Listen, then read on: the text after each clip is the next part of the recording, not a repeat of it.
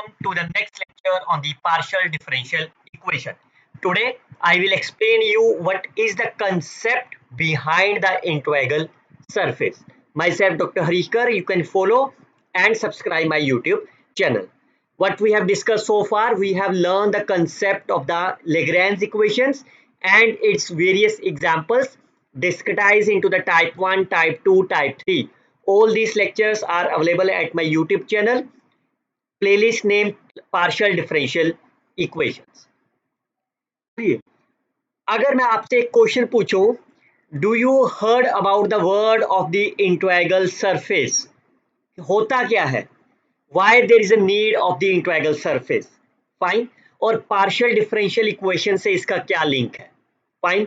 मैं directly examples पे jump करने से पहले आपको एक कुछ मोटिवेशन टाइप्स का कुछ एग्जांपल्स देता हूं जिससे हम ये समझ पाए कि why there is a need of the integral surface.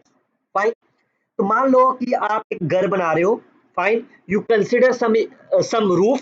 Fine. Your target is to designing the curve roof over these 4 pillars. Fine.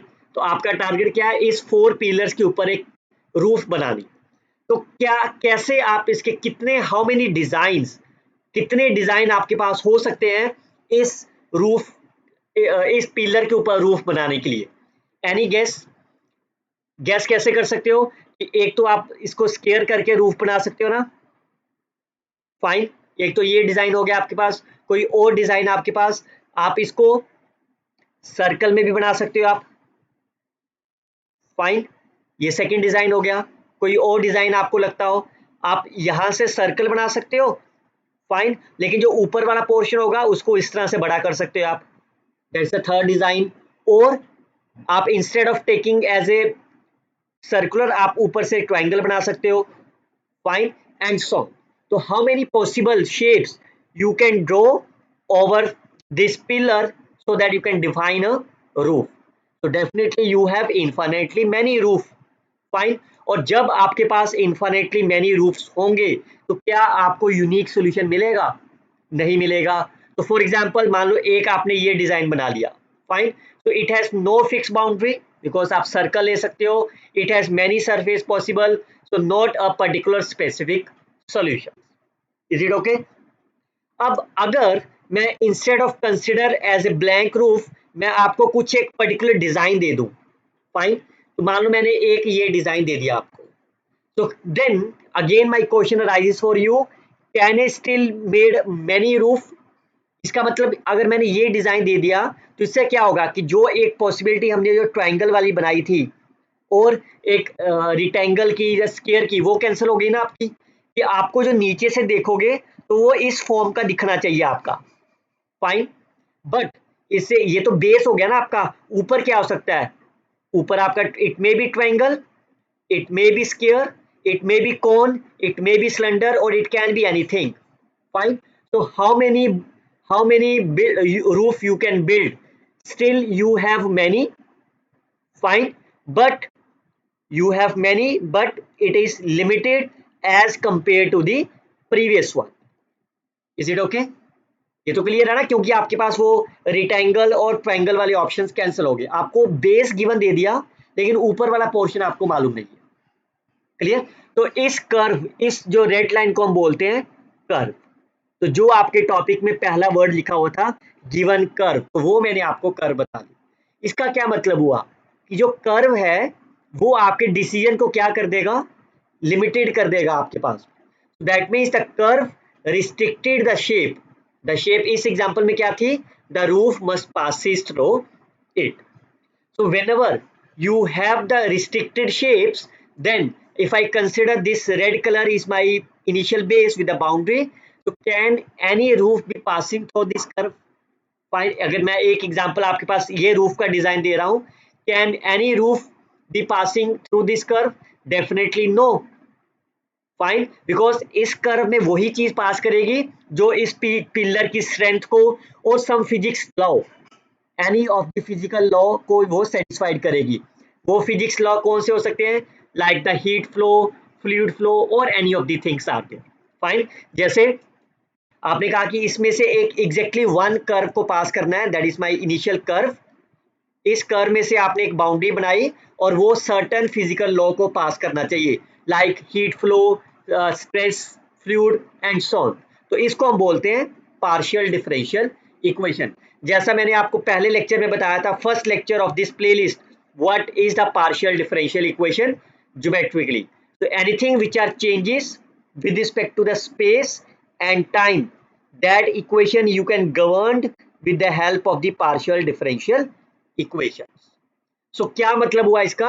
That means our target is to create a surface which are passing through the given curve and it must follows our special physical law.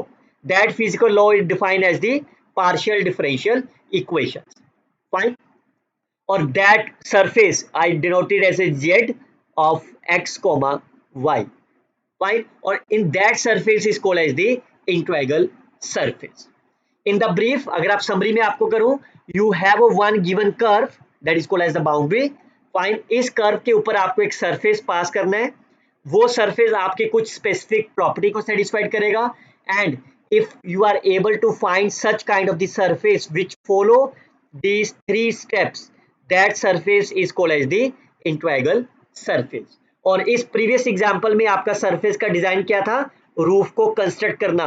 So that integral surface is to call as design roof. तो क्या मतलब हुआ इसका इन summary में? Initially you have the infinitely many surface, fine.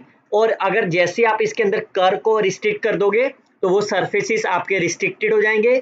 जैसे आपने partial differential equation इसके अंदर फिल्टर करी तो वो आपको एक यूनिक सरफेस देगा, and that unique surface is called as the integral surface. एक और एग्जांपल देता हूं आपको भी. Look at that tailoring a cloth. आप कभी भी अपने क्लॉथ को फिट करते हो, आप किसी दर्जी के पास जाते हो, your target is to design the perfect cloth for a person. So this is also the example of the integral surface passing through the given curve. How? Look at that. Suppose you have a one body, fine, a person is without any cloth, and कितने तरह के आप इसके ऊपर cloth आप design कर सकते हो आप. There are infinitely many possible ways, fine. क्योंकि जब तक आपके पास आपका कोई डिजाइन नहीं है आपके पास, then you have the infinitely many possible ways you can design your cloth. अगर मैं इसके ऊपर कोई एक रिस्ट्रिक्शन दे दूं, restriction like say this red colours, that is my boundary curve, fine. So the measurement are taken around the body in the form of the boundaries. जब भी आप किसी दर्जी के पास जाते हो, एक आपकी बाउंड्री लेता है ना कि नेक कितना होना चाहिए, वेस्ट कितनी होनी चाहिए, ब्रेथ कितनी होनी चाहिए, and so on. That is called as the boundary. अब जैसे ये इसने आप एक बाउंड्री ले ली आपसे, देन कितने तरह के क्लॉथ्स डिजाइन वो दर्जी आपके लिए बना सकता है. Again you have infinitely many ways, like fine. किस तरह के डिजाइन हो सकते हैं? लाइक एक लाइट ब्लू हो गया, एक नेकलेस हो गया, ब्लैकलेस हो गया, and so on. So you have the many possible ways which are passing through the given boundary curves. तो आपका टारगेट क्या है? आपका टारगेट क्या है? इसके ऊपर यूनिक डिजाइन बनाना. तो इसका मतलब इसके ऊपर आपको एक कंडीशन, सम फिजिक्स लॉ आपको पास करने होंगे. दैट फिजिक्स लॉ इस केस में क्या हो जाएगा? Fabric conditions. फाइन. तो जैसे आप इस जो ये आपके जितने भी डिजाइन है, इसके ऊपर आप एक फैब्रिक कंडीशन अप्लाई करते हो, you will get the perfect tailing cloth, and that is called as the unique integral surface. तो इस केस में भी आपके तीन ही फेस है. that is a one unique cloth that fit perfect and satisfied your fabric conditions. Fine. तो इस case में भी आपके पास तीन कंडीशन थी. सबसे पहले you have to take the curve. इस केस पे कर्व क्या बनी आपकी? Measurement. Then you have to take the surface which are passing to the cloth, which are called as this cloth. उसके बाद partial differential equation लगाई, that is the rule of the fabrics, and finally you will get the perfect cloth, and that is corresponding to the integral surface. Clear? Now, so that means initially you have infinitely many ways to design the cloth. जैसे आपने curve को restriction दिया, you have to restrict it to the small one, और उसके ऊपर आपने fabric की condition apply करी, you have to get the one integral surface. Now, तो इन दोनों एग्जांपल से आपने क्या सीखा? How many phases you have?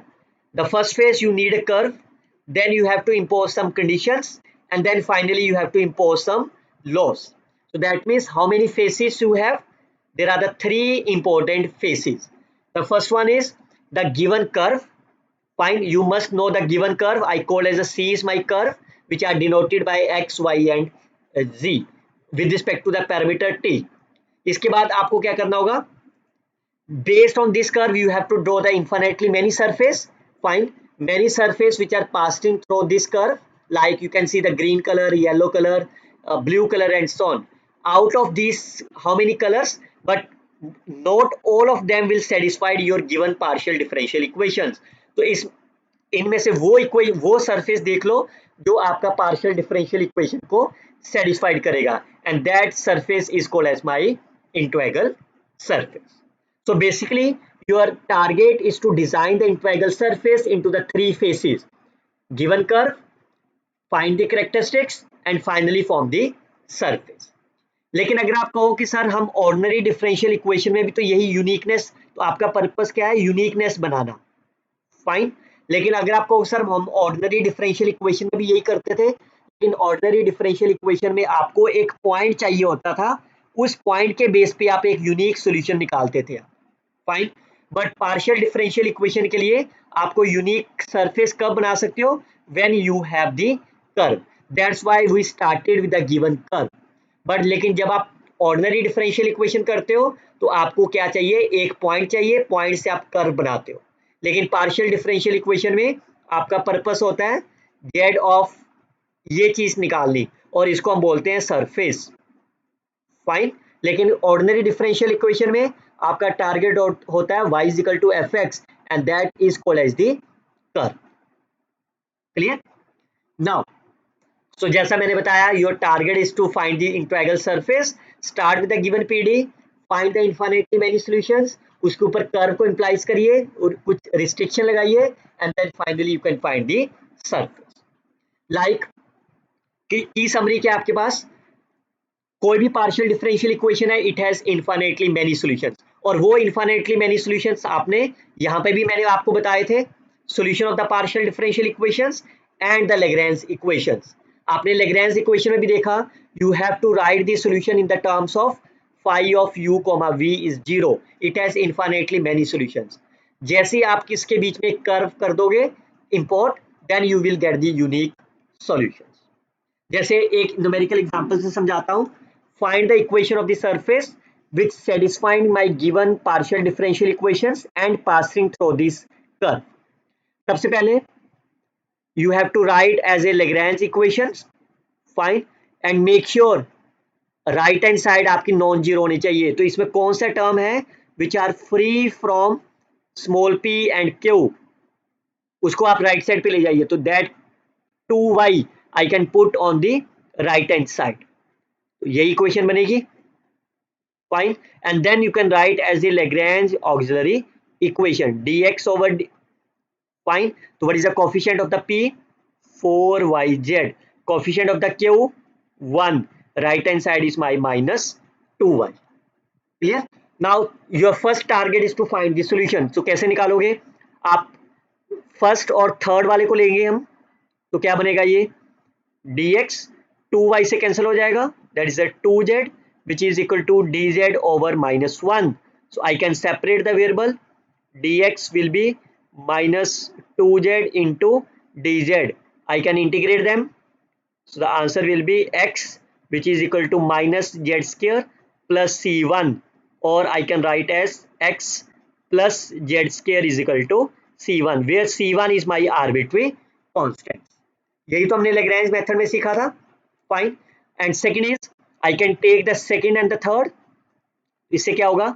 I can take the separate the variable minus of 2y is equal to dz. Again you can integrate them, which implies minus of y square is equal to z plus c2. So I can take z plus y square is another constant as a c2.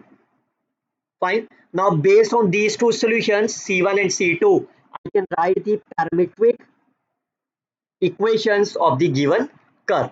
You have the two solutions c1 and c2. Can you write the parametric form of the given curve? पहले आप कैसे लिखोगे? इन दोनों में कुछ common है. Any variable which is common, z common है, तो मैं z को एक नाम ले लेता हूं t. x की वैल्यू कितनी आ गई from this case 2 minus T, और y की वैल्यू कितनी आ गई यहाँ से 1 minus T square. That is called as the parametric equation of the given curve. Substitute the value of the x, y and z in these two equations. तो आपके पास x plus this is value of x plus z square which is equal to c1, z plus y square 1 minus t square is equal to c2. Then your target is to eliminate. What is your target? Your target is to eliminate small t, जो भी आपका parameter है. तो कैसे eliminate कर सकते हो? अगर मैं इन दोनों को ऐड कर दूं, फाइन, तो क्या इक्वेशन बन गई एडिंग करके? t से t कट जाएगा, t स्क्वायर से t square, 3 will be c1 plus c2. So I can substitute the value of the c1 and c2.